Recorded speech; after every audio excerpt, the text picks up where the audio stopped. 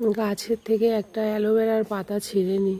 দেখো অ্যালোভেরা হয়েছে আমার গাছের মধ্যে। অ্যালোভেরাগুলো খাওয়াও হচ্ছে না আমার, অনেক দিন ধরে খেতে পাচ্ছি না।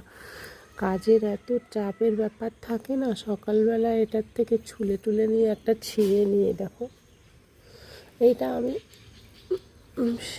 শ্যাম্পু করবো তো তাই মাথার মধ্যে দেবো এই যে অ্যালোভেরাটা। আমার এই গাছটার মধ্যে দেখো লঙ্কা ধরেছে।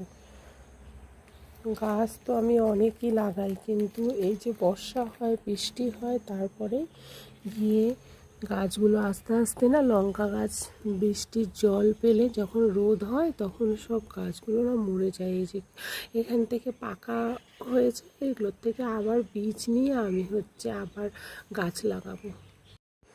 কত আম দেখো, এগুলো আমার ননদের বাড়ির থেকে নিয়ে আসলো গাছে, ওদের বাগানের গাছের মধ্যে আম হয়েছে।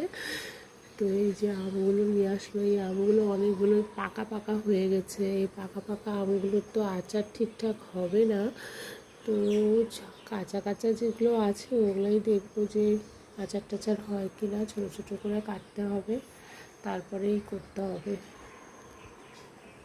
জলের মধ্যে ভিজিয়ে রেখেছে, অনেক কষ আছে আমগুলোর মধ্যে গো।